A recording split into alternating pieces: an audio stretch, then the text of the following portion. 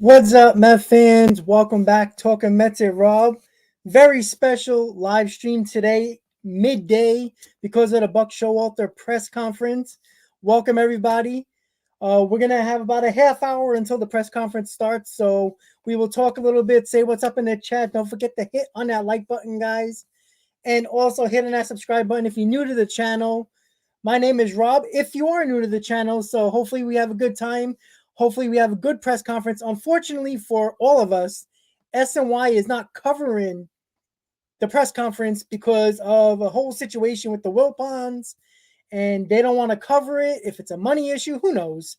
But it's only on social media, on the SNY social media page, the Mets social media account. So I will, because of copyright issues, I'm going to do the best I can to get the video up on the live stream. I will put it up on the live stream. I will share the video of the press conference. As soon as YouTube tells me to take it off, I'll take it off, and I'll just give you the audio, which I'm allowed to do. So the good news is that the Mets finally got a manager. It took long enough. It seemed like it was obvious that the Mets were going to go with Showalter. I'm sorry about the little bit of the lag. I'm just trying to. There's a lot of things going on my computer right now, on my laptop, getting everything going. So the Mets got a manager finally. I think about 90 to 95% are happy with the decision the Mets made to bring Buck Showalter in. That's good news.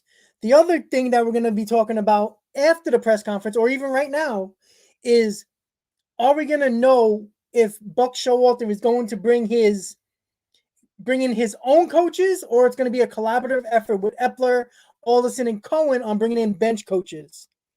Obviously, I did a video a few days ago regarding Carlos Beltran as a possibility as a bench coach. And I'm on board with that about 80%.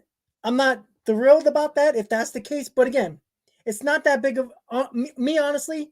There's a reason why Buck Showalter got a 3-year deal. That's probably what he was looking, probably what he wanted. So 3 years, you already have to look at what are the Mets doing signing wise with all the players. It's either a 4-year deal, 2-year deal, 3-year deal. That's what they've been doing, right? And honestly, in my opinion, that's basically the time frame this Mets team has to win it all. You know, you got DeGrom, who in all likelihood maybe has 3 dominant years left, like Cy Young Award winning years left, along with a Hall of Famer in Max Scherzer. So there's a lot that we have to look into here. I'm not sure. You got to remember, guys, because of the lockout, Buck Showalter is not allowed to say anything about the players. So whatever questions the media is going to ask him, they are not going to he's not going to answer anything when it comes to players. And that's including Epler, Alderson, and probably Cohen, who's going to be on the Zoom as well. So it's a lot to look forward to, guys. Unfortunately, after the Mets hire their bench coaches, there ain't going to be no talk about anything Mets related transaction wise until this stupid lockout is over. So, again, guys, I'm going to say what's up in the chat. Let me see who's here. We got Jason, we got Daniel, we got Arthur, Nelson. Who else we got here? Once again, guys, we got 31 people in the chat right now, in the stream right now. Say what's up. Do not be shy. We're all Met fans, hopefully, here. You know, it's a big day for the Mets franchise, basically. I mean, this is a hiring like a Gil Hodges, similar to that, like a Davey Johnson. And I would even go as far to put Bobby Valentine in that mix. You know, guys, managers that they hired that bring instant respect. And Buck Showalter brings that. And that's exactly what the Mets needed. They needed a leader. They needed somebody with experience, and they need somebody with instant respect when he walks into that clubhouse in spring training right away. No doubt about it. And I'm so glad the Mets made the right decision. You know, I was a little worried that they might have went the Joe Espada route or the Matt Quatraro route, only because that's the way baseball has been going. You know, it's an anomaly when you see Tony La Russa gets hired by the White Sox, who is an old school guy, and Buck Showalter is obviously an old school guy. But The good news about that is that I think Buck Showalter is more of an analytical guy than people give him credit for. Just because he's an old school guy, so to speak, does not mean he's not going to use analytics. He did use analytics. And the other aspect when it comes to Buck Showalter that I love is that he dealt with prima donnas such as a Lindor, right? He dealt with Manny Machado, right? He dealt with Alex Rodriguez in Texas. He dealt with big names with the Yankees. Even in Arizona, he had a couple of big names. He's dealt with big time stars, and I'm not worried about him speaking to these guys if things go wrong. Getting in their face when things go wrong. This is exactly what we needed, and there ain't going to be no raccoon. There's not going to be no nonsense that developed in the clubhouse amongst the players. There's not going to be cliques in the clubhouse, as you heard Todd Zeal say the other day on Mets Hot Stove, or whatever you want to call it. Todd Zeal said he thought Marcus Stroman was one of the most divisive players in that Mets clubhouse. You see what the Mets did. They easily took players that have high character, who are good teammates, who are not going to cause problems, and is not going to split the clubhouse. And that's exactly what the Mets need. Baez was a guy who right away went to his friend in Lindor, which is expected. But you saw when the Mets won games and Mets celebrated, you'll see Alonso, you would see Conforto, you would see McNeil jumping around with each other. And then you would see Baez, Lindor, Walker, Stroman. It was too much of a divisive clubhouse that, granted, teams can win that way. But it was clear that they didn't like each other. And as much as they proclaimed in the media that they liked each other, they all got along, that was bull. 100% bull. And there's a difference between Luis Rojas not knowing what the hell's going on in this clubhouse, or knows what's going on, but doesn't want to get into the face of these players because he is a new manager, because he don't have instant respect like a Showalter does. That's where things are going to change with this Mets organization. Now, we all know, guys, that just because you hire Buck Showalter, one of the better managers in the history of baseball, granted, no World Series championships, but 20 years of experience. No matter what guys the Mets sign, if it's a Chris Bryant, if they bring in Rodon, if they bring in big-time bullpen pieces, doesn't win championships. We know that. Playing on the field does. But nobody can say 3 years from now, if the Mets don't win a World Series, saying the Mets made a wrong decision by hiring Buck Showalter. Because you can say that, but let's be honest, you're not really telling the truth. Because today, and as soon as the Mets officially hired Buck as the manager, 95% of Met fans love this move. No matter if things go sour and things don't work out, Mets don't win a World Series, even if Mets make the playoffs 2 out of the 3 years or 3 out of the 3 years, which will be a franchise record, by the way, it still doesn't change the fact that this is one of the best hires in Mets history. Like I said, it's a Gil Hodges, Davey Johnson type of hire here. There's no doubt about it. This is a win now team. As much as some Met fans, and there is some that follow my channel and that comment on my videos, exactly that, oh, this is not really a win now team. We got young guys in the system, blah, blah, blah. This is a win now team. You don't get a mid-30s future Hall of Famer in Scherzer behind DeGrom, who, let's be honest, is in his going into the middle parts of his 30s soon, who probably has about 3 to maybe 4 dominant years left. Again, there's no mistaking that 3-year, 4-year deals are running all up around the free agent side of where the Mets signed these guys, and then a manager for 3 years. You have DeGrom for 2, technically, if he opts out or not, which he probably will. But again, there's a lot of contracts that are going around 2, 3 or 4 years. So it's obvious the Mets are trying to win now. It's just that simple. Because you can't rely on prospects again and again and again. There's a lot of teams that completely fall apart because their prospects do not pan out. And the last thing the Mets can do is wait for prospects when you have the best pitcher in baseball in DeGrom. And let's be honest, the second best pitcher in baseball in Scherzer as your 1-2. You don't have time to screw around. And the Mets are not screwing around. Mets Nation, what's up? Webbs, what's up? Roberto, how you doing? Yep, Roberto, exactly. Yep. Like I said, you guys can turn to SNY. Again, it's not on regular TV. You have to go through their social media pages, SNY, the Mets social media account, and all that fun stuff. So it's going to start in about 20 to 25 minutes. You know, they say 1 o'clock, but it probably start about 1:10. But we will be here through the press conference. I will shut my mouth during the press conference. I will mute my microphone. I will put the press conference up from my Twitter account. As long as YouTube says I can keep it up, I'll keep it up. If not, I will turn to my audio. I will take away the video and just put the audio up for you guys. So one thing I want you to do, guys, I'm going to share. Give me 1 second. I'm going to share something right now.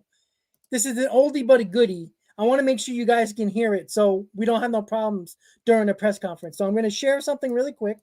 Just give me a second because I want to make sure we all got everything we need for this press conference. All right, so there we go. Everybody remembers this, right? When Ventura dressed up as Piazza at Yankee Stadium during a rain delay. All right, let me know if you guys can hear this, okay?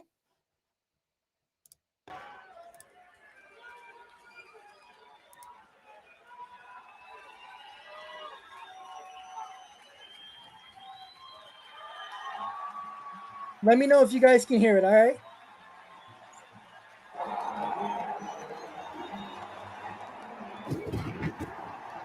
So if you guys can hear the background of the video right now, please let me know so we can make sure everything's good.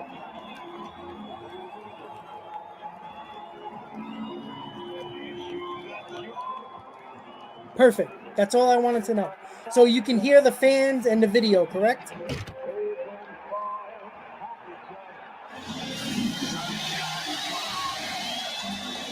Perfect. I just wanted to know that before I got into the press conference and it got messed up. Perfect. This is when I was actually at this game, actually. Well, technically, at the rain delay. That was pretty cool. All right, so I'm going to take it away right now because I just wanted to make sure. I want to make sure everything goes up pretty well.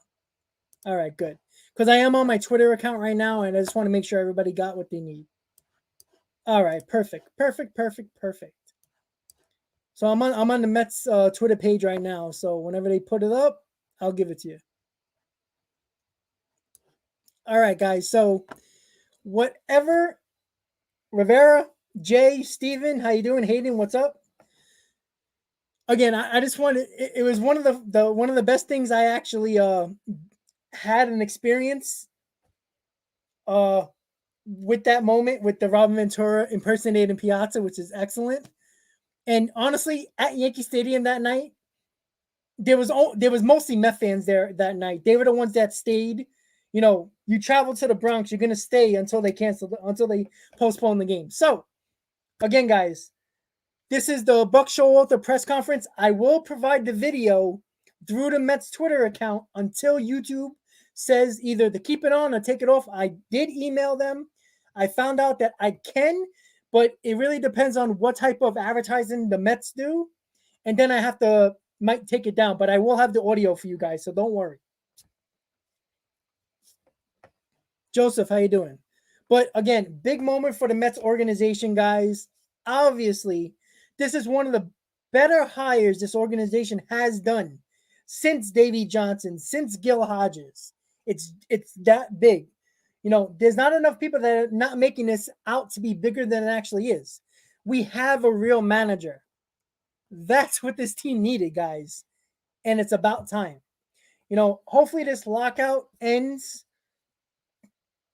I don't think it's going to end until probably the end of January, early February. But at least with the Mets hire, we get to hear about coaches that Buck Showalter is going to have under him. Obviously, once again, I did a video about Beltran being a possible bench coach under Showalter, because remember, guys, Showalter is not getting a 5-year deal here. He's getting a 3-year deal.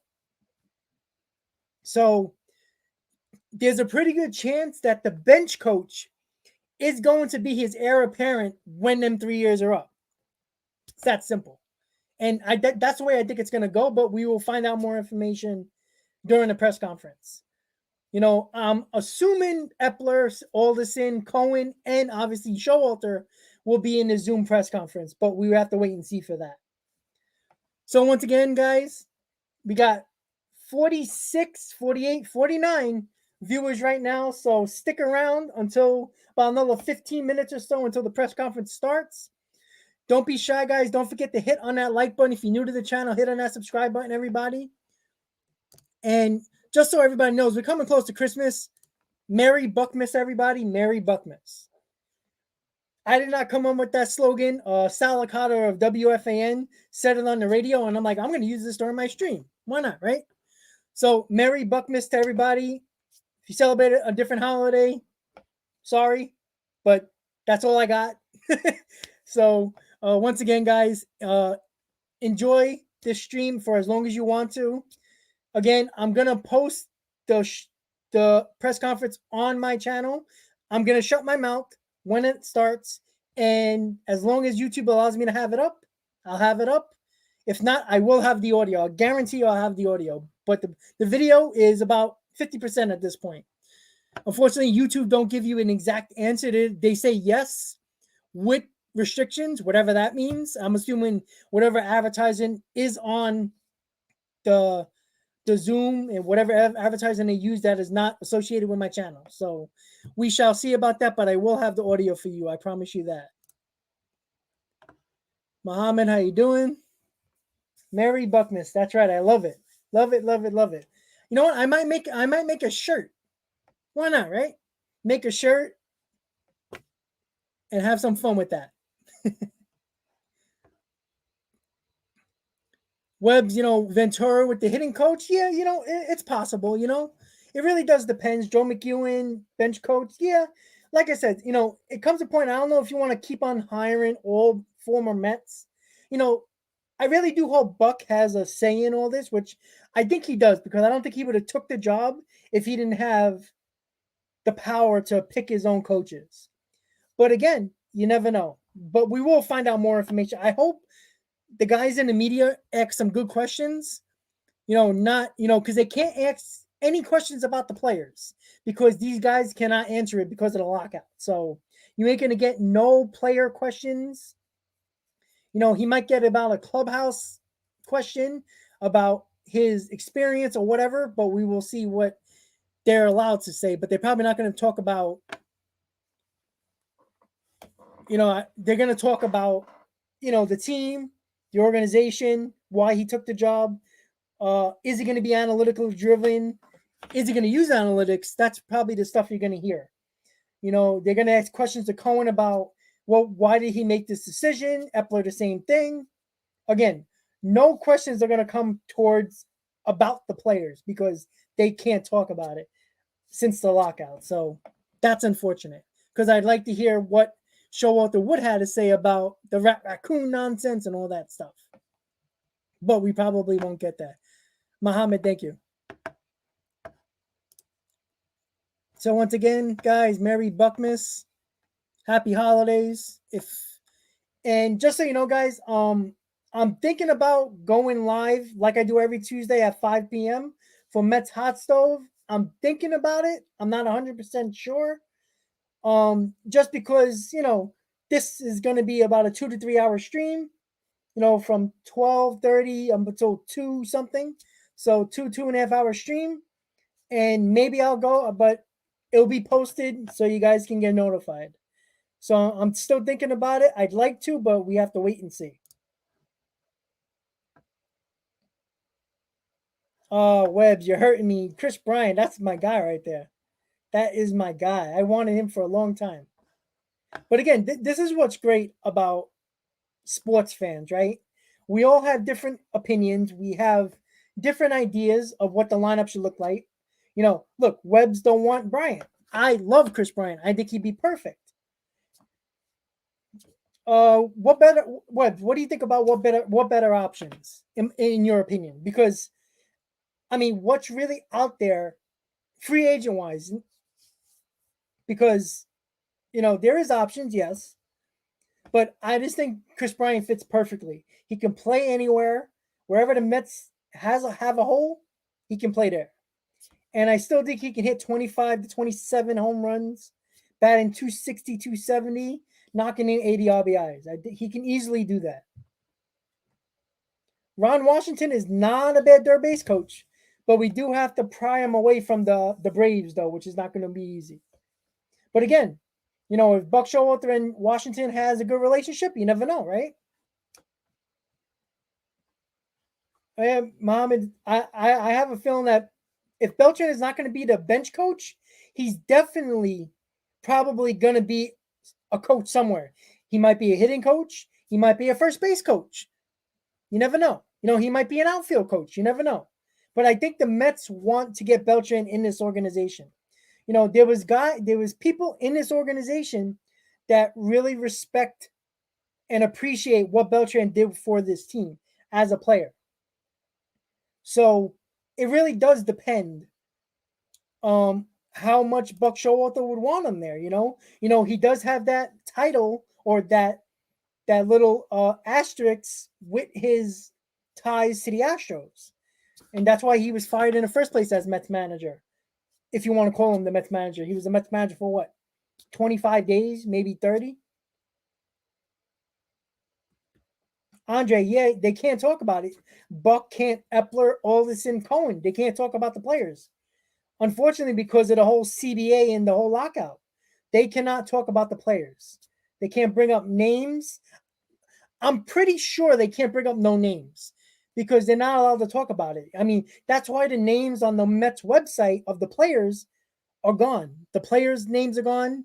The players' faces are gone because all that's connected to the Players Association, which is money that would go to the Players Association and the players' pockets.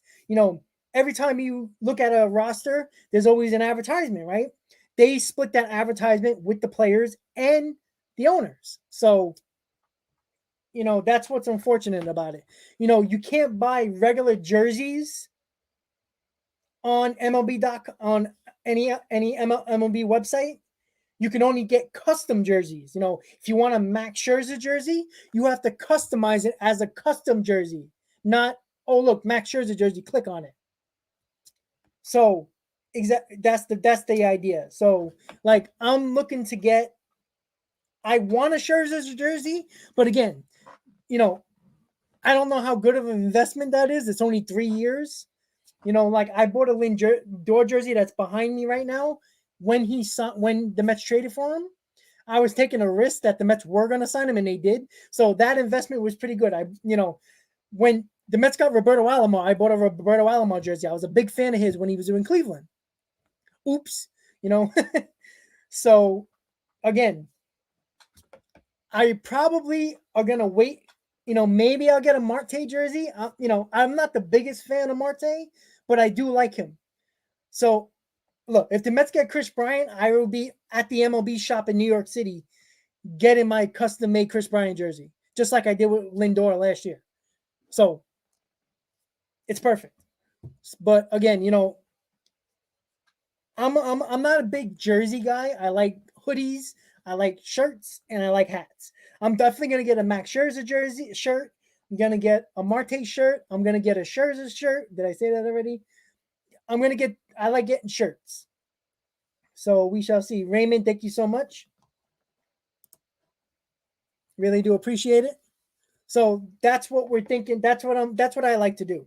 So in about 5 minutes, it should be coming on. I'm gonna check Twitter right now. See what is going on with this Mets Twitter. Let's see. Trying to refresh it. Raymond, thank you so much once again.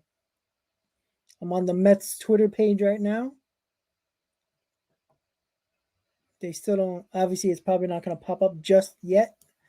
But as soon as it pops up, guys, I will put up the video of the press conference as long as YouTube allows me to. If not, I will just put the audio because I'm allowed to put the audio. But at the moment, I will have the video for as long as possible.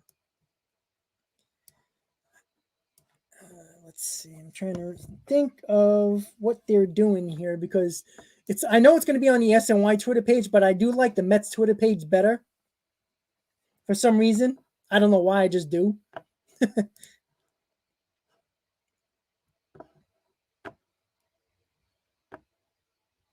all good, Hayden. We all got stuff to do. Raymond wants Beltran. Look, I did a video, Raymond, a day ago about Beltran being the bench coach. I think Cohen really wants him, but again, I think Showalter is going to have something to say about that. But Beltran deserves to be back in this game. There's no reason why Hinch and Cora and all the players on the Astros were allowed to come back and some not even get suspended and play baseball and coach, and Beltran gets stuck as the odd man out. That's crap, in my opinion. So he deserves an opportunity, and I think the only way he's going to get in is as a position coach, as a first base or third base coach, or a bench coach. But we have to see. Steven, hey, what's up?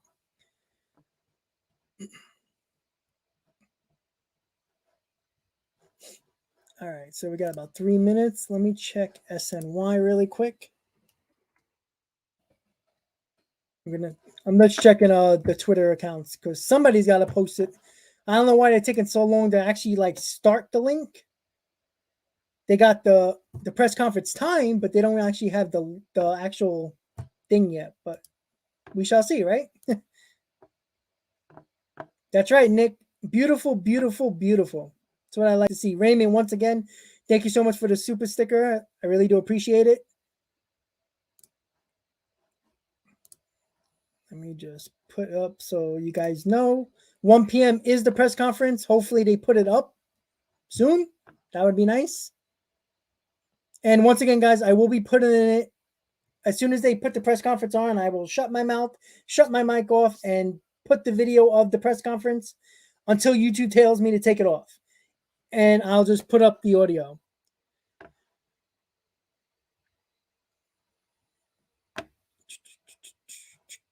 All right, so it's saying Twitter, Facebook, and YouTube will be doing it. So that's good. Maybe YouTube actually won't take it off. That would be nice on my channel, but we will see. Alrighty. Let's see. I'm going to keep on refreshing until it pops up, and we'll be good to go.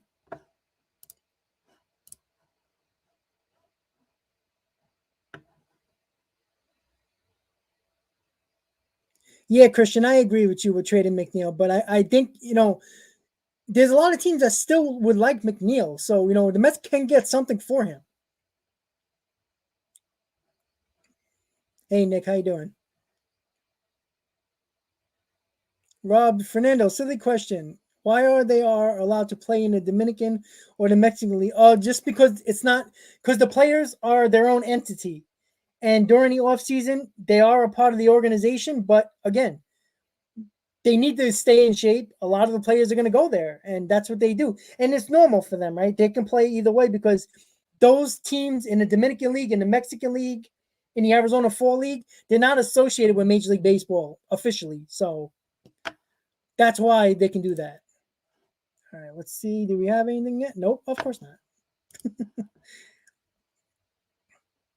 Well, Andre Rosario's gone. So I don't know if you're talking about McNeil and Mauricio. Is Conforto gone? Most likely he's probably gone. He hasn't signed yet, but I don't think the Mets have any room for him. Honestly. No problem, Fernando. Rob, what do you want for Josh Donaldson? Or I want Bryant. Donaldson you have to trade for. He's up in age. He's up there in age, so you have to trade for Donaldson and take on his contract at his age.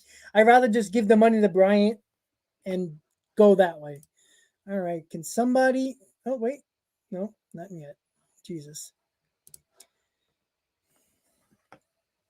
And just remember, guys, SNY is owned by the Wilpons, so they are a little. That's why they're not putting it on TV itself. All right, let's see. It's loading. Do we have any? Oh, of course not. Jesus. This is crazy. Once again, guys, please hit on that like button. The press conference should be starting soon. All right, here we go. Something's going to pop up just now because I just got an alert. As long as they put it on their accounts, that would be nice. Then we got something going here. Just trying to load it, guys, to see when they're putting it up.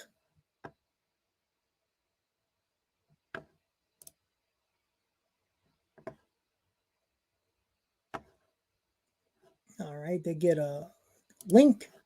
That's interesting.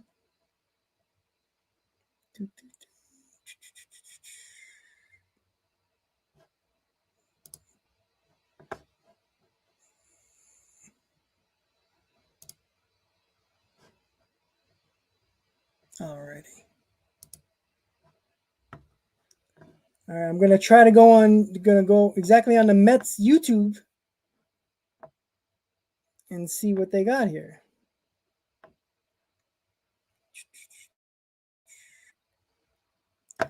So I'm just waiting for them to put something up here, which would be nice.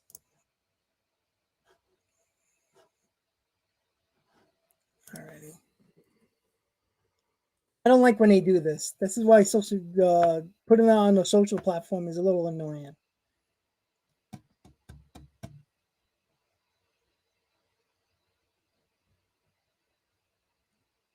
Alrighty.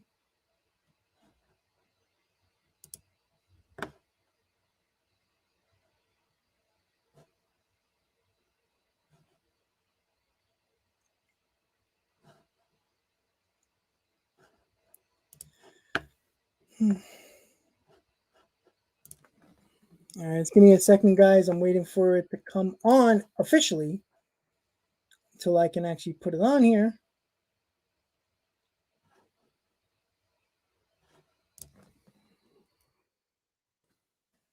All right, I'm going to keep on going back to all the social media platforms until I roll it out there.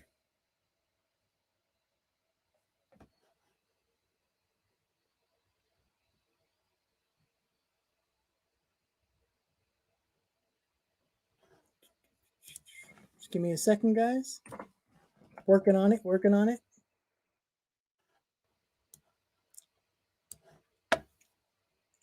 This is what happens when you get on YouTube right here. Alrighty.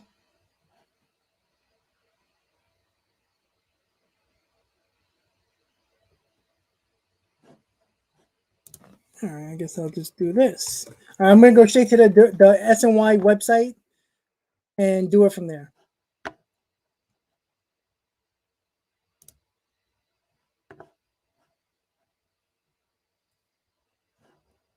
Just give me a second, guys. I will share it, I promise. As soon as they give it to me, that would be nice.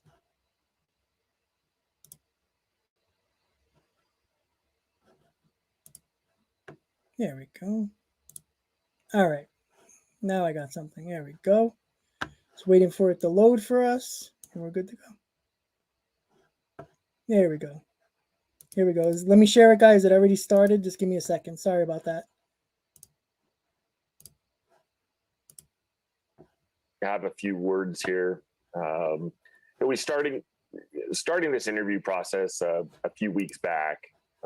We sought to look at a variety of candidates from various backgrounds and experience levels. We looked at a number of criteria, spanning from culture and connectivity with players and staff to embracing new practices in both player performance and in analytics. We wanted to assess how the candidates problem solved, how they communicated, and most importantly, how they would shape a culture with high operational standards. So while the candidates that we talked to clearly made this a tough decision, and frankly, I feel good about the future of on-field baseball leadership. It was Buck's ability to connect to a wide range of people. His drive to compete, his curiosity blended with his experience, and his overall adaptability that led us to naming him manager of the New York Mets. So with that said, I would like to introduce Buck Showalter as our manager. And Harold, the call is yours. Well, thank you, Billy. Thank you, Sandy. But before you make your remarks, I think there's a jersey there. If you wouldn't mind, you and Angela each holding up a side of that. Hey, Harold, nice going. You got it here in one day. You're good. Nothing like a virtual photo opportunity. Thank you, Buck. I believe you have the hat there. If I can ask you to don the cap, and then the floor is yours. Let you make some remarks, and then we'll go to questions. Gonna mess up what hair I've got left. God bless you. Hey, thanks to everybody. It's a great honor to be here today with Angela, and just a heartfelt thank you to Steve and Sandy, and of course Billy and Alex too. Everybody. The Mets are very precious to them. The fans, they're precious to me. The things, it's a great charge to keep that we have ahead of us, and I just want everybody to know that it's going to be a priority. From day one, to put a product out there that everybody can be proud of. There's going to be people when we're on the West Coast staying up till 1 or 2 o'clock in the morning to see how the Mets did or do. And, I just want everybody to embrace that responsibility, and very excited about the potential for things this season and beyond. And, just about, Steve continues to eliminate excuses that we might have for things we can't do. I'm very excited about the analytical department and the things that they're going to bring for us to give us hopefully an advantage. And all of where Billy and I and Sandy are starting to put together the coaching staff, will take our time, and it's just it's got the potential to continue to be the great place that it is and was. So not a lot of lip service. It's kind of a show me situation, and I just want everybody to know that the Mets are going to be something that's very precious to the people that we bring in, and it's a great responsibility that I and we will take very seriously every day. And there's ebbs and flows to the season, but the consistency of how we go about our business and the people we surround ourselves with and how we treat our each other is going to be special. And I've missed being part of a team more than anything, and I'm looking forward to being a part of the Mets team. I'm very honored here today. Buck, thank you very much. I'd like to remind everybody on this Zoom to use the raise your hand tab if you'd like to ask a question. And when doing so, if you'll state your name and affiliation and who you'd like you to direct your question to. With that, we're going to begin with Steve Gelb. Steve, your line is open. Hi, Buck. This is Steve Gelb from SNY. Congratulations. This is a team that over the last few years has had a lot of talent and has just, for one reason or another, been unable to get over that hump and kind of transition that talent into wins. You're someone who's been known over your years to take on teams and very quickly, create winning cultures and winning teams. What is it specifically that you think you bring that can take the talent that's already here and obviously the talent that was added and become a winner? Every situation, Steve's different, and you try to bring what the players need.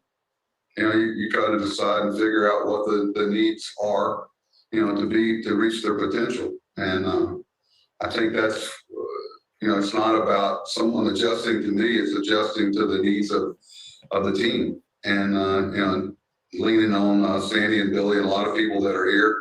I think one of the mistakes people make is when they come into a situation and think everything there isn't good or has to be changed. That's a mistake, and that won't be done. There's some really quality people here that can be part of it. So I think slow down and not knee jerk, and I purposely try to have a real clear mind about every player and trying to make up my own mind about things. but at the same time, lean on people that I know more than I do. So there's no magic sprinkle dust. It's about winning baseball games. It's about, that's really, it's like the chicken and the egg. What comes first? Everybody wants to use the word culture, but that's a multifaceted word in my mind. And there's a lot of dynamics that go into that. The good players part of it, I think ownership is going to be very strong in that backing. The other part, but then there's another part of it. We have to take it and make it work. It's got to be a team. And like I said before, that's what I've missed the most, is being part of a team and not having everybody pulling in the same direction. So we'll see. You mentioned the analytics department, and you've seen the game change a whole lot in your decades in it as a manager. What is your general philosophy on, pardon me, the best way to blend the analytics, take that information with the human side of the game that obviously exists? Well, there's a lot of common denominators of teams that win consistently. I think one of the biggest things I'm drawn to is teams and situations and organizations that can win consistently. It's so hard to do, especially winning when you're expected to win. But the adaptation of different methodology, if you look at certain guys without mentioning names and their ability to do that, it's how they have continued to have success. But all the information out there, I'll just say this, David, if somebody thinks that I'm going to go back to the hotel or the house and think that maybe we got beat because someone else had better or used information better than we did, or analytics, whatever you want to call it, you don't know me very well. Okay. I've always been very spongeful with information to a fault. And just like everybody else, I don't have a corner on it. There's a lot of smart people in this game, but if you think that I'm going to let somebody beat us by having better analytical information, or because someone on the staff doesn't understand it, then I'm not going to talk about it. We'll show you. But there's a lot of avenues. I think one of the things the manager has to do is create avenues where every department feels comfortable and everybody can bring what they bring. One of my pet peeves is any type of hazing, whether it be a player, whether it be no, it just doesn't happen. If you're wearing METS blue and orange, then bring it. Let's go. Bring what you bring and make sure we create a comfortable atmosphere for that to happen. That's a pretty long answer, huh? Thank you, Buck. We're going to go next to Mike Puma. Mike, your line's open. I guess I'll start with a question for Sandy or Billy. And I know you can't mention specific players, but did the opinion of any player you might have just signed who seemed to like Buck a lot play into this decision at all? Might have been a pitcher for $130 million. I'll take that. I talked to a lot of different people, no active players in this process, but I did reach out to some people that had played for a lot of the candidates actually in this process. So checked with coaches that have coached with people, general managers or presidents that have managed them. So really cast a wide net when we were looking into the candidates. So but yeah, nothing specific, and I did not speak with any active player. Also for Buck, you had success in Baltimore, took the team to the playoffs 3 times. The last 2 seasons weren't so great, didn't end on a great note. I'm just wondering kind of what happened at the end, and then you were away for 3 years for managing. Just looking back on that. Well, the first part, I'd rather ask to the end, so we got to get to all of them, right? So, it's painful when you start seeing something that come together, and because of our situation in Baltimore and the way that we had to do it, we knew that there was going to be an end at some point, and you don't want to pull the plug too early, so to speak, and not be competitive when you think you still might be, and you want to make that last as long as possible. And when we had to start moving players to try to gain as much as we could to get back to try to go forward. It was painful. It was painful. It's like when you put something together like the whole organization did and you start seeing it coming to an end. It's painful, but you know you have to take some bullets along the way in order to get to the end game that hopefully at some point Baltimore will be able to get back to that competitive part. I will say this, I was what really caught my eye was how impressed I was with the candidates that Sandy and Billy had put together, same guys that I would be talking to. So I'm very honored to be mentioned in the same name as some of the people they talked to, because I knew the background work that Billy and Sandy were doing to try to make a good decision. What was the first question? Let me make sure I get all your questions answered. There were about 3 of them. I'll get the tough one out of the way first about what happened in Baltimore. Is that good enough? What else? I wish I knew sometimes. I think you covered it. Thank you. That was the first part. There was something else I think you asked. All right, Mike. We'll come back to it. We'll come back to you, Mike. And Mike, appreciate the reminder that, as everybody knows, due to the lockout, that we're restricted from speaking specifically about any players. So thank you for following along those guidelines that we're restricted to. Next question will come from Tony DeComo. Hey, Buck. Anthony DeComo.com. Congrats. Welcome back to New York. I'm just curious, in your decades of experience, how has the job changed in collaboration with the front office? What are your expectations for that here? And I would pose the same question to Billy, hiring an experienced manager such as Buck. How do you expect that to kind of unfold in terms of collaboration between the dugout and the front office and the things you guys are doing? I think collaboration is a great word. It's not a new word in the language. The great organizations almost in any sport have a real connectivity between the general manager, the field staff, and ownership. And it's something I know is not going to be a challenge here, because I know from being around, Billy and Sandy and now Steve, the passion that Steve has for the Mets and the city and the fans, and not necessarily in that order, because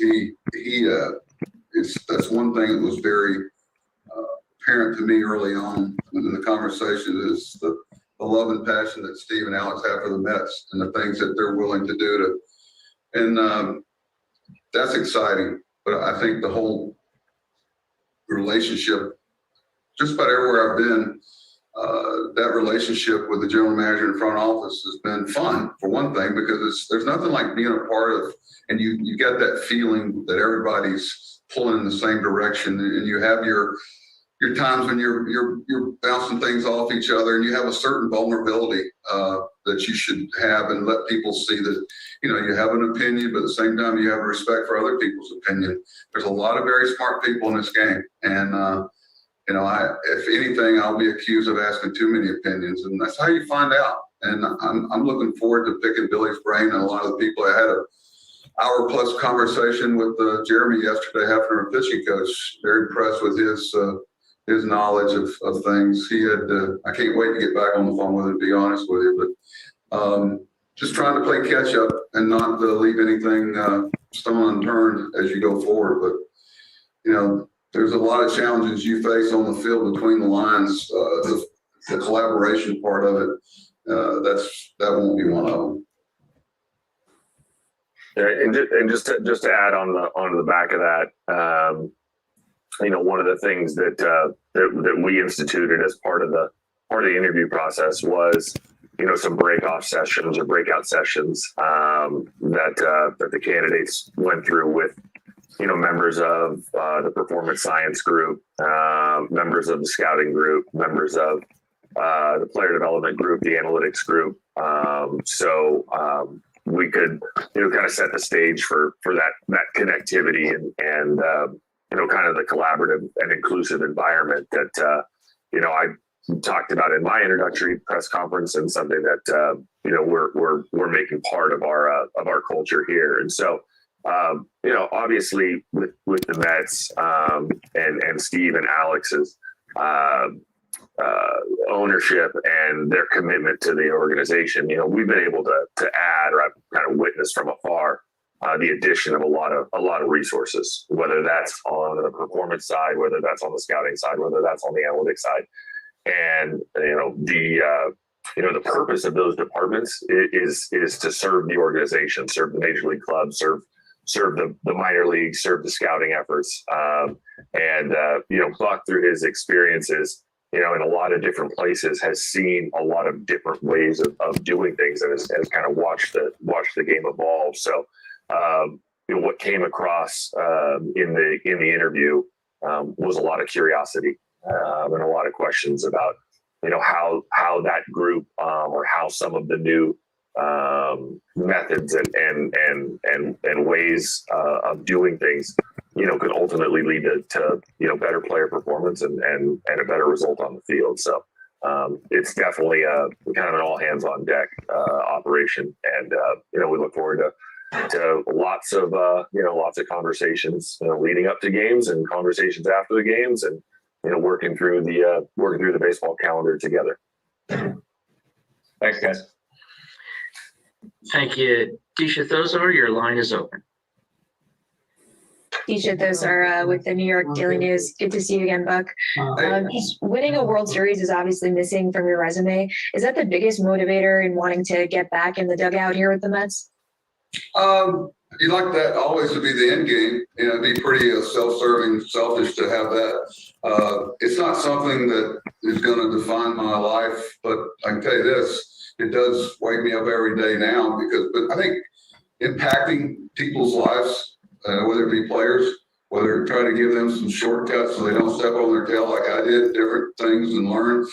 But obviously winning the World Series is what, Billy and Sandy and Steve asked me, why would I want to do this again? And that's the quick answer. We'd be the last team standing. Not once. You'd like to do it, obviously it's going to be very hard to do. There are a lot of great people. There's 30 of the best, baseball has to offer, 30 teams. And so that's what makes it much more gratifying if you can reach it. But it sounds selfish if to say that that's the only reason and this is an avenue to it. I don't look at it like that. I look at it as, the end game. If you can stay involved in the day-to-day operation in the end game, is something that everybody's successful as a result of it. So I understand the job description. The job description here isn't to be competitive or try to win 80 more games than you lose. It's to be the last team standing. And that's the focus. How do we get better every day? You just grind each day and see where it takes you. Thank you. And then I have one more for Billy. You said early in the managerial search that your goal would be to hire a manager who's a 10 out of 10. How close does Buck come to that perfect score? Yeah, it's well, go ahead, Buck. No, easy. We set up a lot of the criteria for what we were looking for, right? Whether it was connectivity to players, staff, the ability to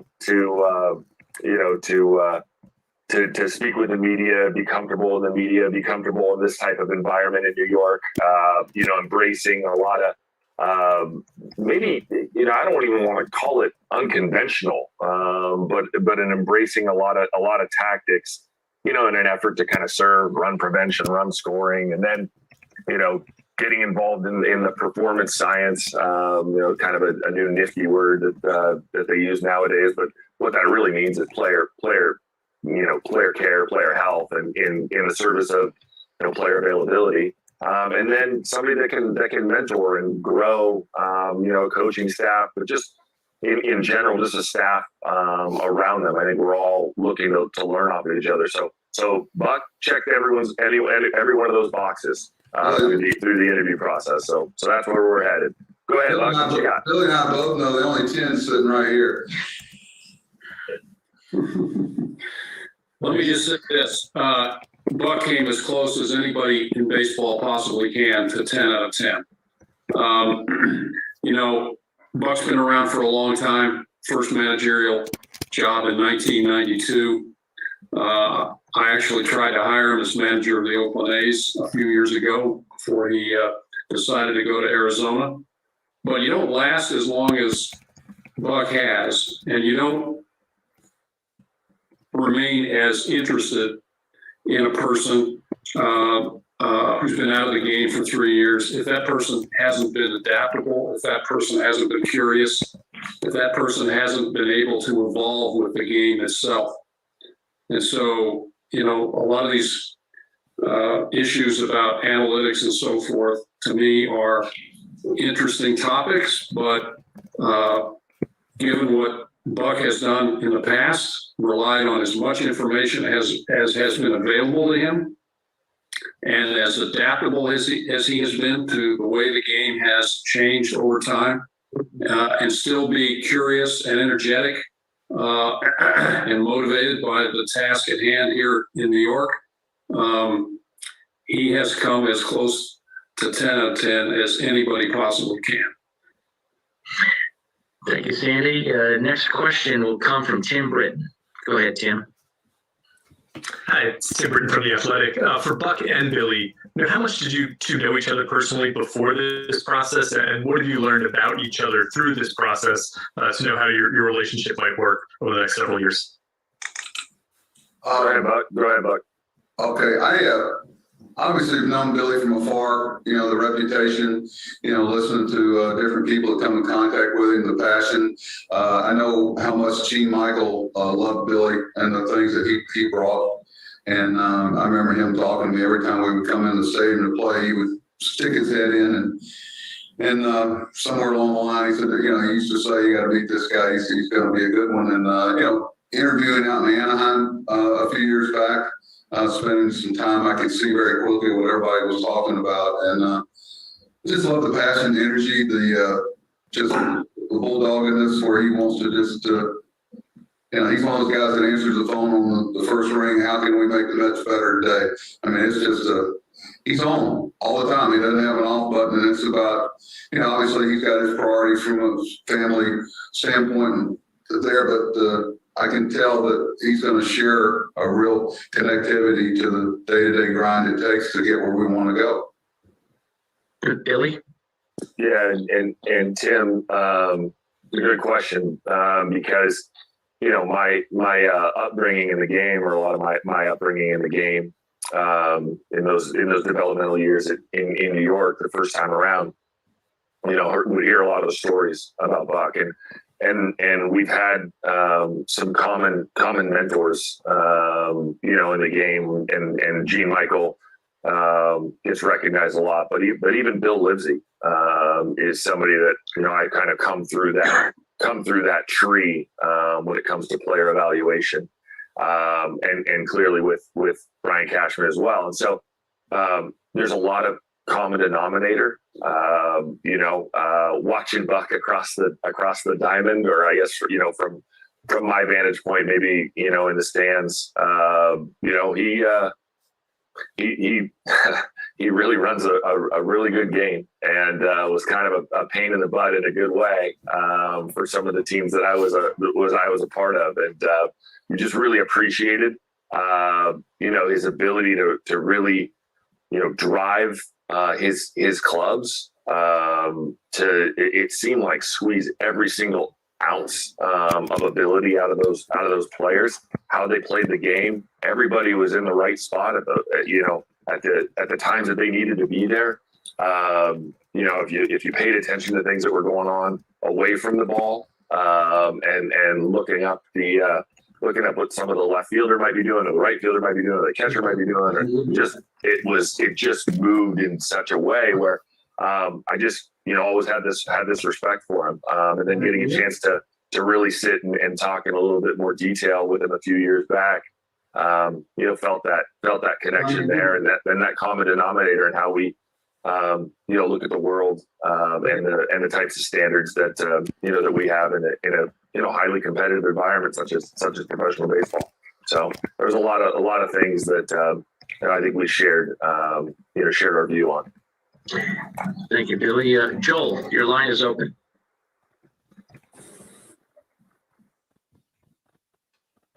Thanks, Harold. Buck, I'm going to assume the coordination of your shirt and Angela's dress is your wife in Met Blue. I'm wondering, you managed players in the 90s, 2000s, 2010s, 2020s. Do you think players are players? Or do you believe you have to manage in a very different way today than you would in other places along the lines? First of all, I love that everybody else has a first and last name. Joel's like Michael, Adele, Rihanna. Perfect. It was Joel, and everybody knew. Nice going, Joel. God bless you. I've known Joel for a while, but it's funny. I've been talking to some people along the way.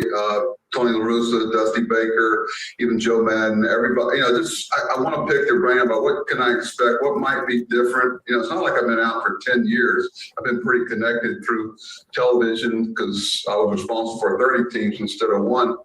But I'm anxious to see. I'm going to go into it with an open mind. I do think you have to do certain things the same. As far as the things that allow you to win a baseball game. It's a 90-foot increment game. Obviously, 360 feet happen with a home run, but the people that can keep you from going 90 feet, whether that be pitching, defense, people in the right place, etc. Or how do we gain 90 feet, whether it be a base on balls or whatever. It's about trying to attack the 90 feet of the game. But I can't wait to sit down with some of these people. I think a lot of people lose sight sometimes that we haven't had the luxury of analytics.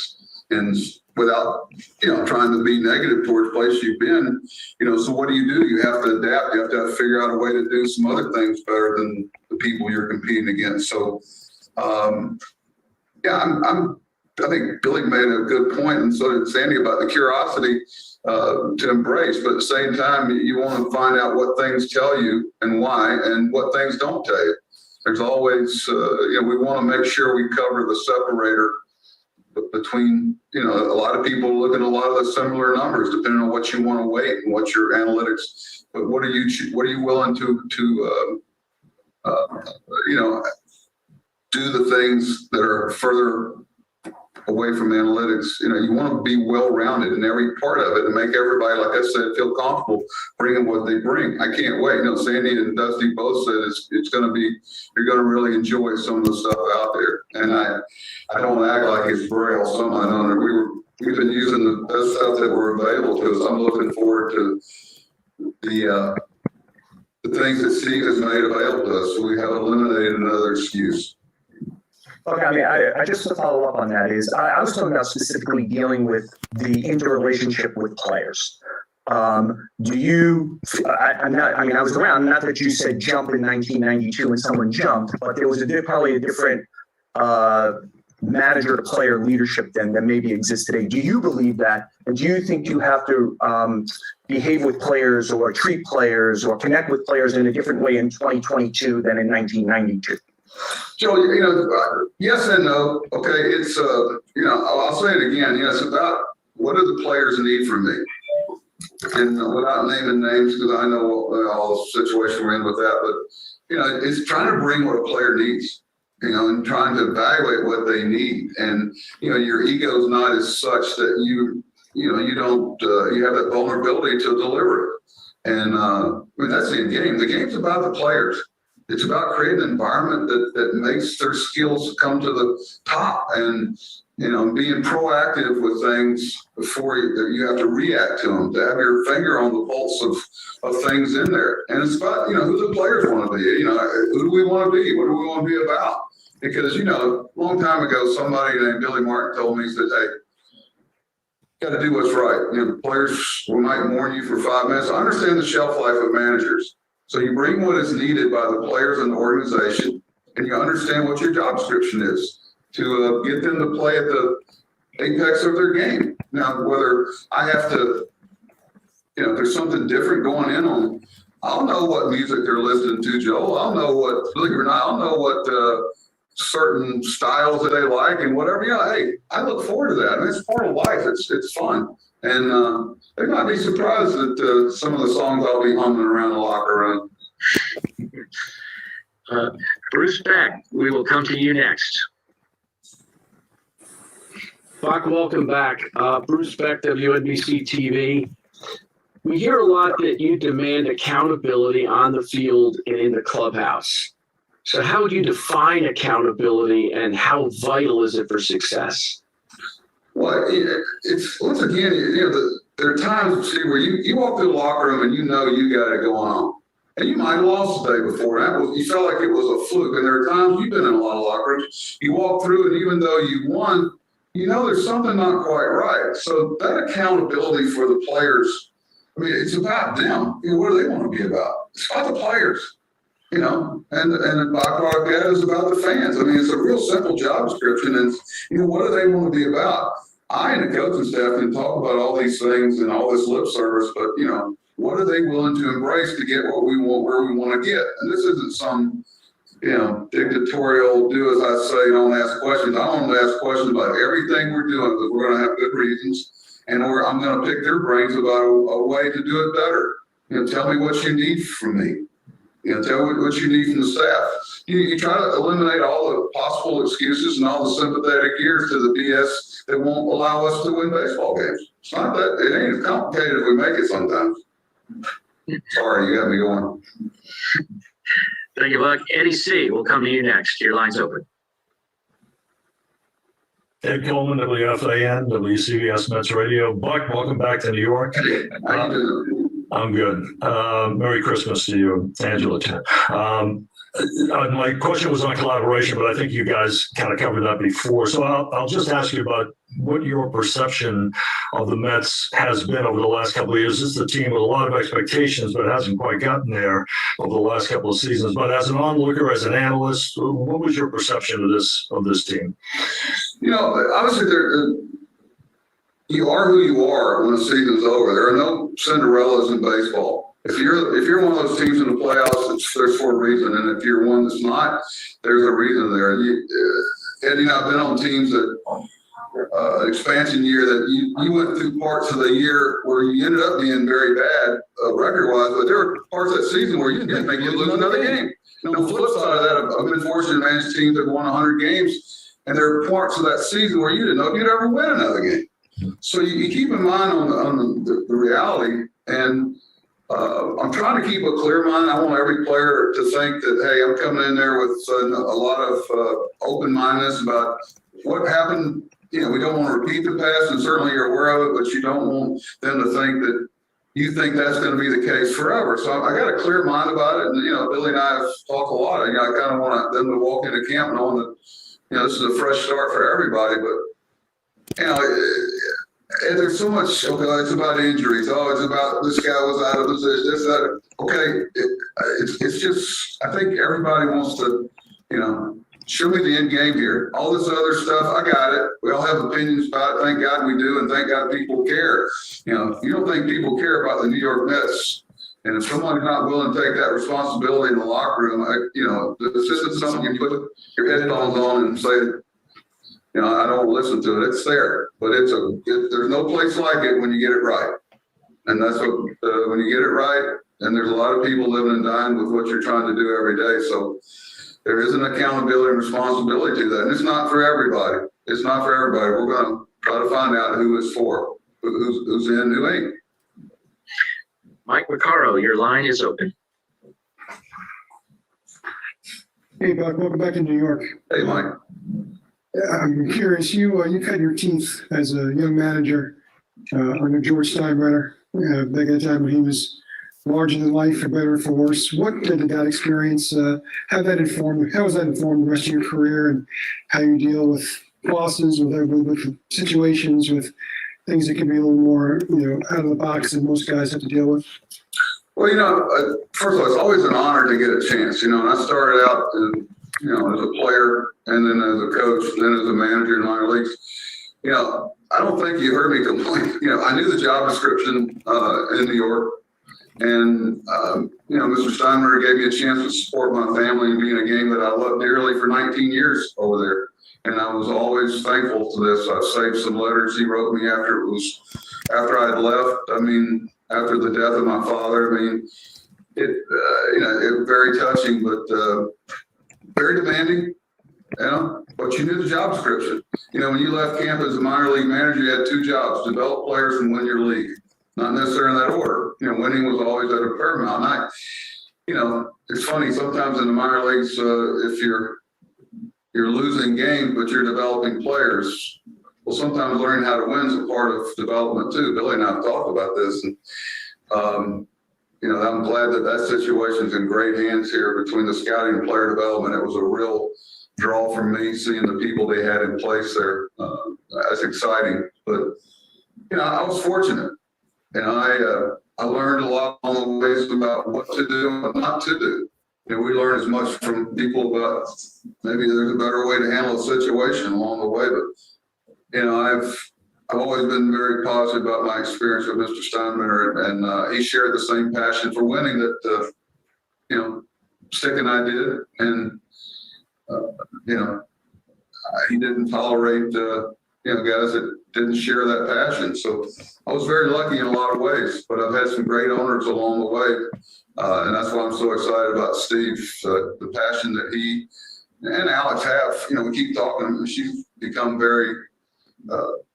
People constantly talking about her involvement in things on and off the field where the METS Foundation things come into play. So it just seems like there's a lot of things in place, and some people have worked very hard to give us a chance. So we got to take it and run with it. But the experience with Mr. Steinbrenner and our owners, different owners along the way, I've learned a lot from them, and always going to be thankful for the opportunity they gave me. Next question, we'll go to Jake Steiner.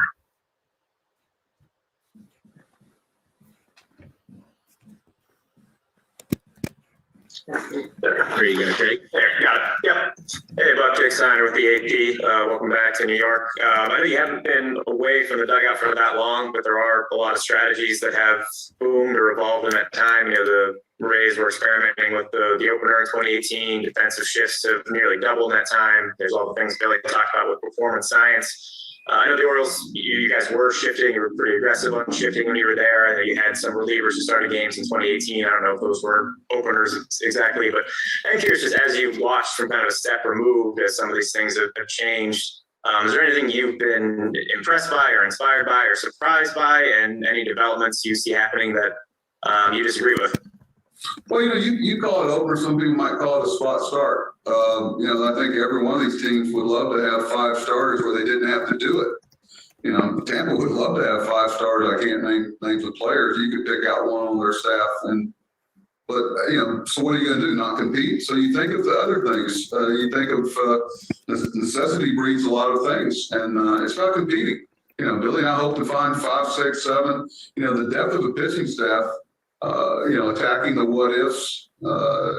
It's not a normal thing to do to your body to play 7 days a week for 7 or 8 months so you can roll the dice in October. So you better, be able, I think, from the health standpoint, but looking at different things that have come into the game, there are a different form of some things that were done before. But I'm anxious to understand some of the probabilities. When you do certain things, there's a return for all of it. I'm fascinated by it. I believe me, there's some guys down in there that are gonna say, "Geez, can I get a break here from him?" I can't wait to find out. My curiosity and the bottom line is about is there an inch way we can make the Mets better that day? Like I said, I don't want to go back to the hotel or the house and think that someone beat us because they were. And I know Steve and Sandy and Billy feel the same way. They're willing to do whatever it takes to see if we can get an edge. And you're constantly striving for it. And that's why you look at guys without naming coaches that adapt. And I'm looking forward, but I've adapted my whole career because things have changed since when I first came in. Heck, Angela used to do charts for me in the Florida State League about where guys would hit the ball. She can still remember the colored pencils and the different hump and the lines and the different checks about which pitchers. And this was Florida State League in A-ball. Now we were shifting a little bit on 6 at bats. Now we've got 600. So obviously the technology is better, but I still got those charts. I can name the 5 starting pitchers. She can too, and what color pencil they all had. Go ahead. I'm sorry, did that answer you? Thank you, Buck. John Harper, we're going to come to your line next.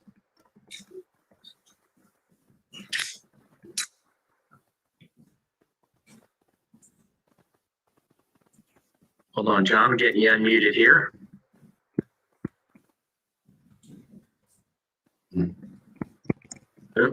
John, we'll come back to you there give you a chance to unmute. James Wagner, we'll come to you. Your line is open. Hey, Buck, it's James Wagner from the New York Times. Congratulations, Angela.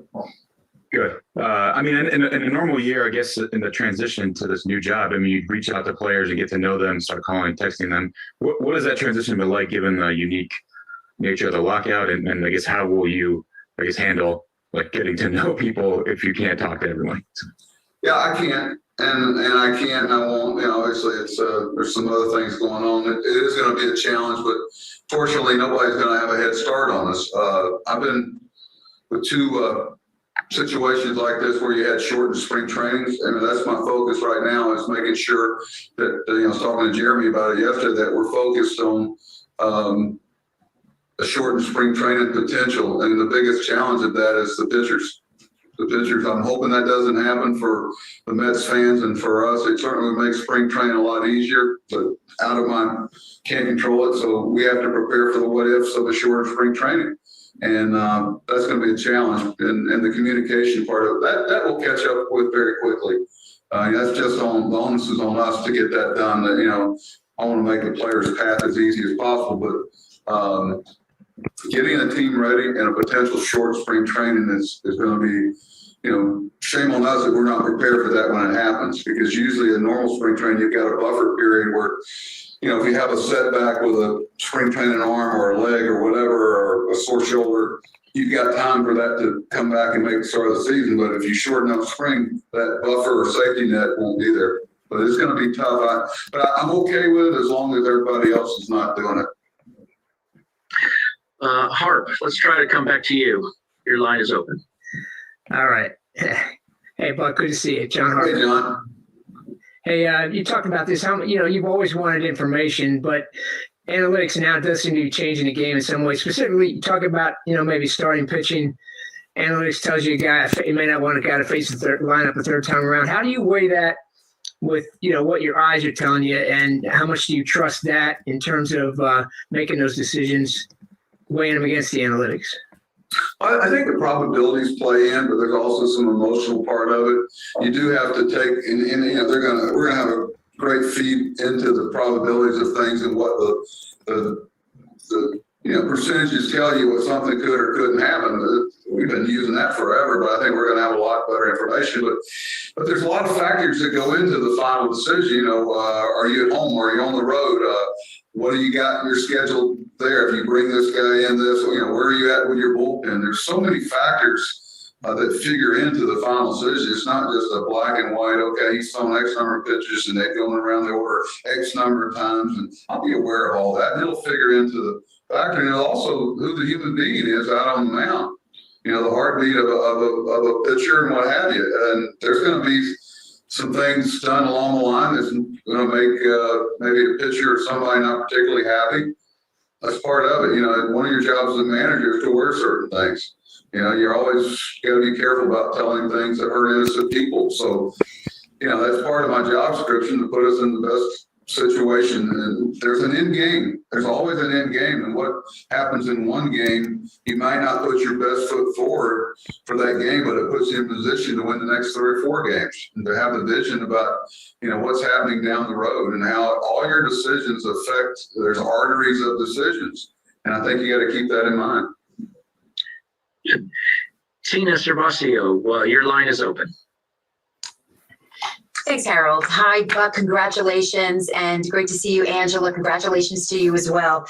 Buck, you've been talking a lot about the players, and you have managed some of the biggest stars in this game. And you had multiple superstars on the Yankees and when you were at Arizona.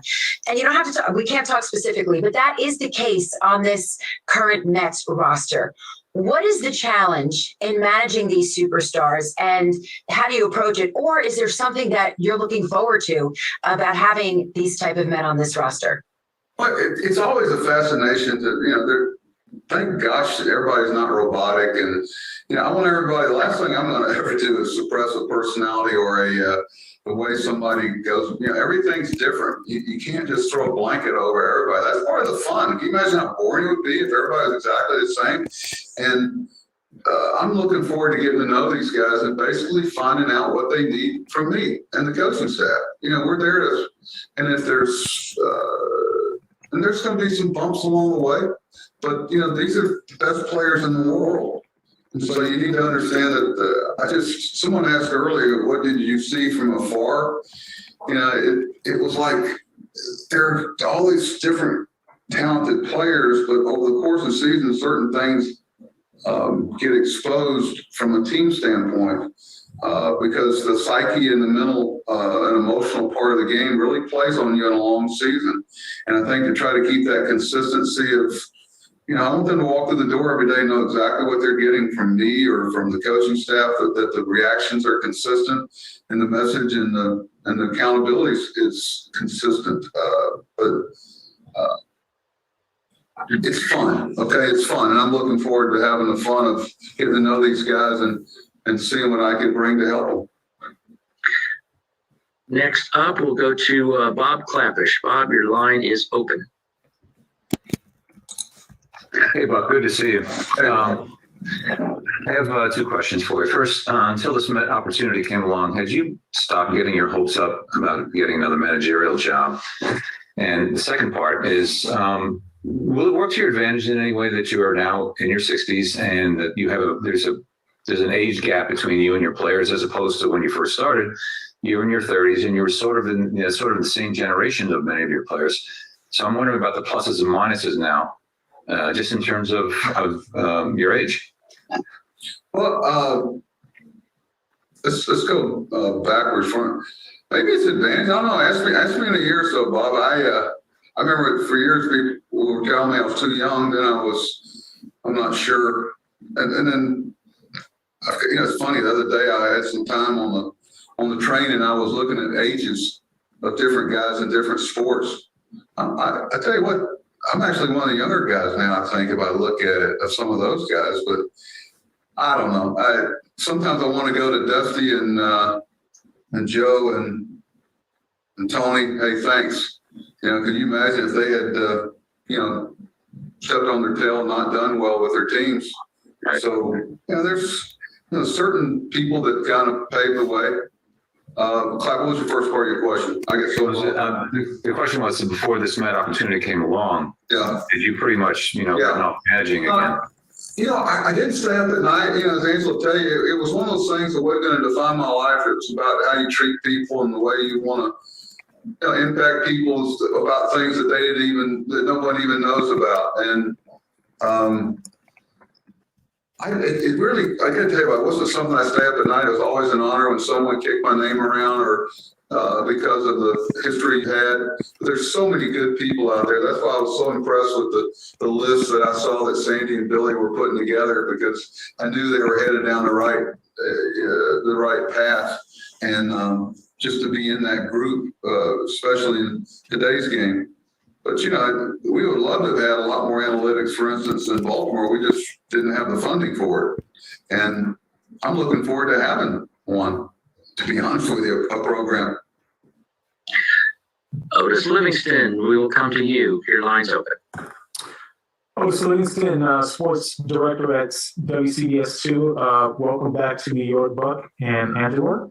Congratulations on the job. I have a two-parter. First off, we've heard from a lot of coaches in other sports and managers that when they step away from the sport, they learn something. What do you feel like you learned that you will implement in your managerial style to make you an even better manager this time around? And also, seemed from the outset that you were the favorite.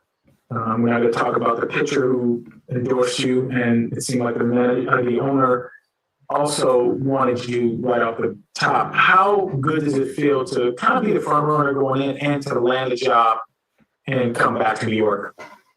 Well, thanks. That's a good question about the evolution. Yeah, I hope you evolve. That's how, the old expression, adapt or die. But we do that because of the situation we've been exposed to. Shame on us if we've got some stubborn, this is my way. There are different ways to do it. Every spring we have a book with team defenses that changes. we talked to JJ Hardy or Derek Jeter or Francisco Lindor about how did you do it in Cleveland? How did you do that? You adapt to the talent you have and the people you have. There's not, and you welcome the feedback with the players about what do you think? How do you feel about this? This is why we're thinking we're doing it. You have a better way. When they take in that, hey, I've got a stake in this. It's responsible. I'm responsible for it. So that, evolve, that's been the easy part, because you have such a curiosity about how to get better. What are they doing? We see a lot of stuff. I remember, I won't name my manager, he beat us the next year with a team defense and a butt defense that had been using. He stole ours and used the same thing. I look over, he tips his hat at me. I go, what is the greatest form of flattery? What is imitation?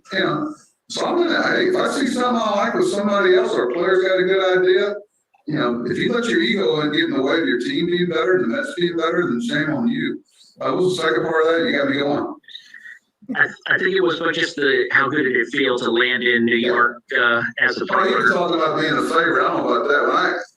I know it was very close, and if somebody made the call that Billy and Sandy and Steve had hired somebody else, I'd go, nice going. I'd have called them and said, because they had some great candidates. It was, like I said, an honor to be considered. And I tell you, I have yet to read anything. Angela, I'll just say, hey, if there's something there I need to know about that I might get ambushed about or whatever, let me know. Otherwise, I purposely stayed away from everything. So if somebody said or written something real nice, thank you, or somebody written something the other way, I understand there's two sides to every issue.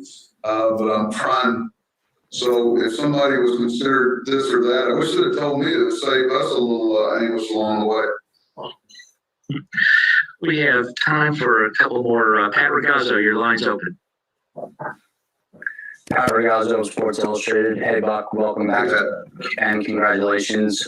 You talked a lot about, coming in and learning what the players, need from you and, adapting to the personalities, but how do you keep some of the superstar talent on the roster more grounded and making sure that everyone kind of feels equal and not above the team?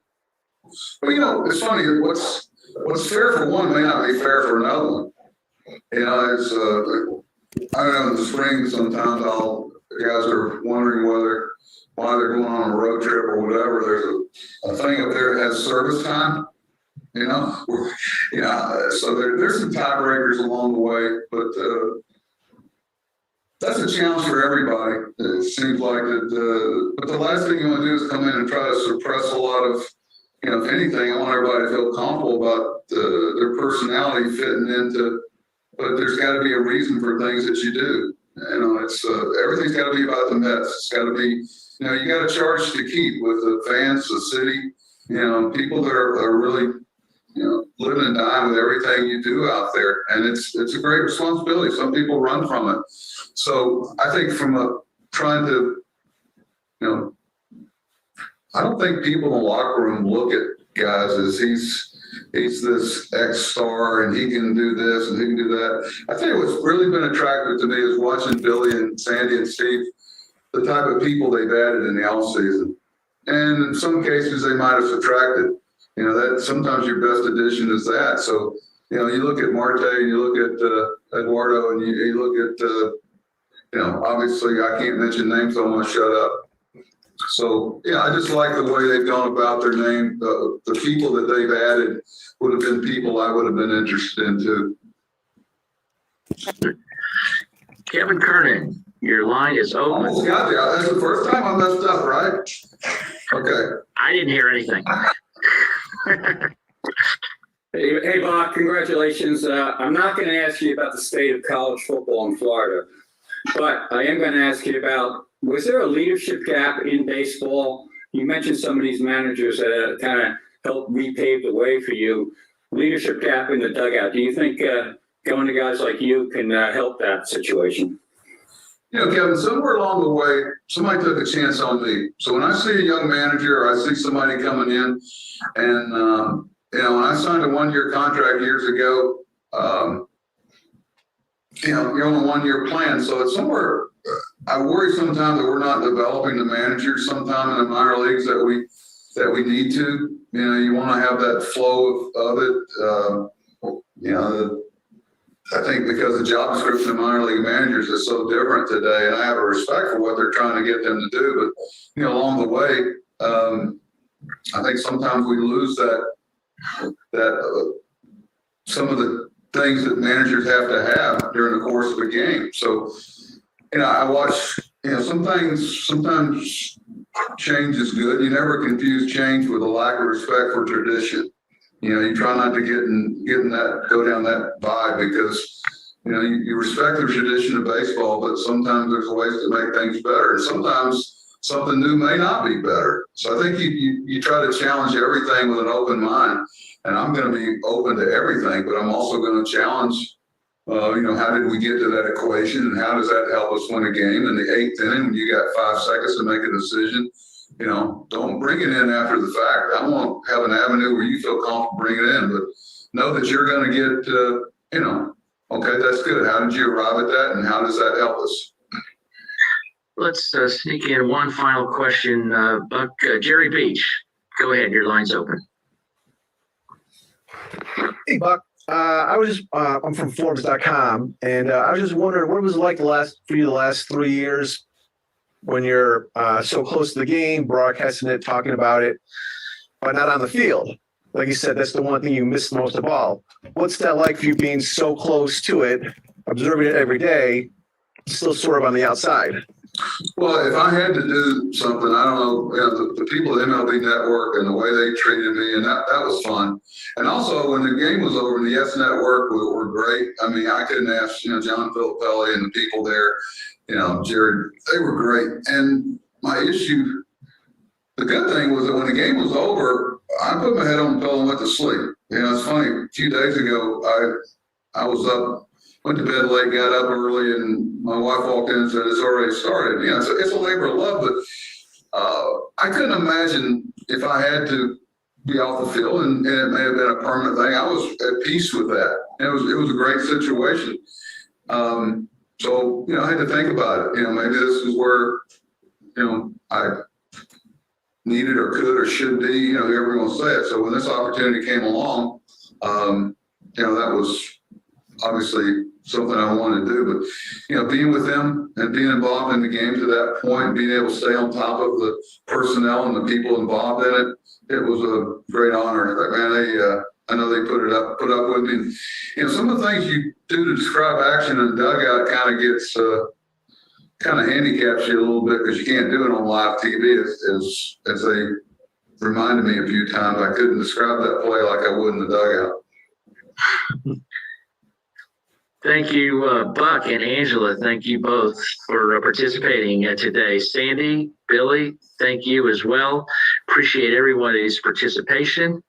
Happy holidays, and we look forward to seeing everybody and being in touch very soon.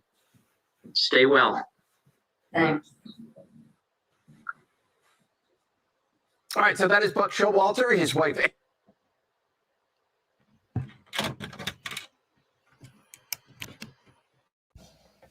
All right, guys. So there you have it. The 24th manager of the New York Mets, Buck Showalter. That was his press conference. You had to like everything you heard from Buck. I mean, it's really that. Can you guys hear me? I just want to make sure you guys can hear me.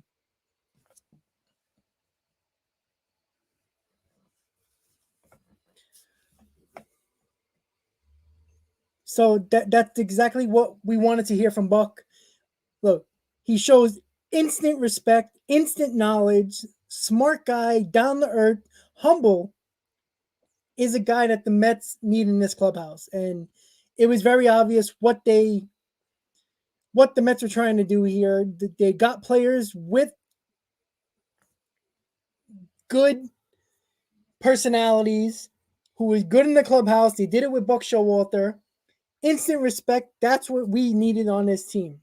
I like what he said about making players being responsible for their actions. He appreciated the fact that he got this job. He understands it. And he knows what he has to do. And he said it in the press conference. He is not against analytics. He is going to use his knowledge what he knows about the game, what he sees in front of him, but also use analytics as a guide as well. That's a big key. And all the people that were worried about Buck Showalter not using analytics were not paying attention. Even when he was on the broadcast with the Yankees for pre and post game, he talked about analytics so much. And if you're in New York and you watched Mets and Yankee games, and I like to watch a lot of pre and post games for Mets and Yankees because I do like to hear what they have to say, because there's a lot of knowledge that you can learn from just listening to these guys. They've done it before. They've been involved. And Buck Showalter always talked about analytics. There was a lot of times when Boone made a call based on analytics that Showalter said, I would have never used analytics in that spot. I would have went with my gut. And then the next day, he thought that Boone used his gut and should have went with analytics. So Buck Showalter will use analytics, but will also look in front of him and use his gut when making decisions, such as pinch hitting, such as bullpen moves, when to take out a starter, all that stuff that Rojas, Callaway, you can go on and on. Guys that had problems making decisions and making decisions only based on analytics, because that's not how you win baseball games. That's not how you manage, and that is not how you do it. And Buck Showalter is finally the guy that we need, and he's perfect for this job. Unfortunately, we couldn't hear about what he had to say about the players. I would have loved to heard, if there was no lockout, I would have loved to heard what he had to say about the McNeil Lindor issue or other issues in chemistry that was so prominently known that there was a problem in this clubhouse. But they couldn't talk about that. But once again, guys, the 24th manager of the New York Mets, Buck Showalter.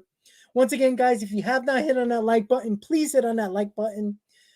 Hit on that subscribe button if you're new to the channel. I really appreciate everybody tuning in to the press conference for the last hour and 40 minutes. If you want to become a member of Talkin' Mets with Rob, please do. I'm waiting to get about 10 to 20 members so I can start a live stream for members only, like a live Q&A, member only videos, Mets related content. And again, guys, if you become a member of the You Gotta Believe package, you have the opportunity to win free giveaways, different type of perks that I will be doing across the season. So if you want to become a member, just click on that join button below the video and you can become a member. There's 3 different levels of membership. You can see the perks while you read them. And if you want to become a member, please do. Once again, guys, I really do appreciate everybody being, we hit about 175 views on this stream at one time. So I really do appreciate it, guys. Keep on coming back for more, guys. Check out the video about the Beltran as bench coach. I also did a video about post-lockout free agent sign-ins for the remaining big free agents. Check that out. And also going live every Tuesday at 5 p.m. for Mets Hot Stove.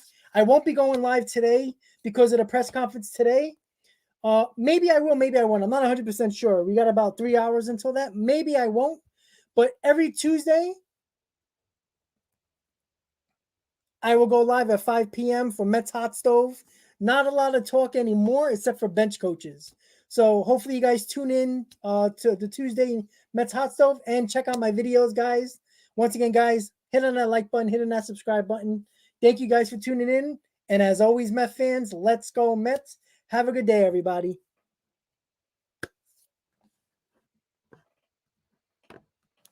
Good night, guys.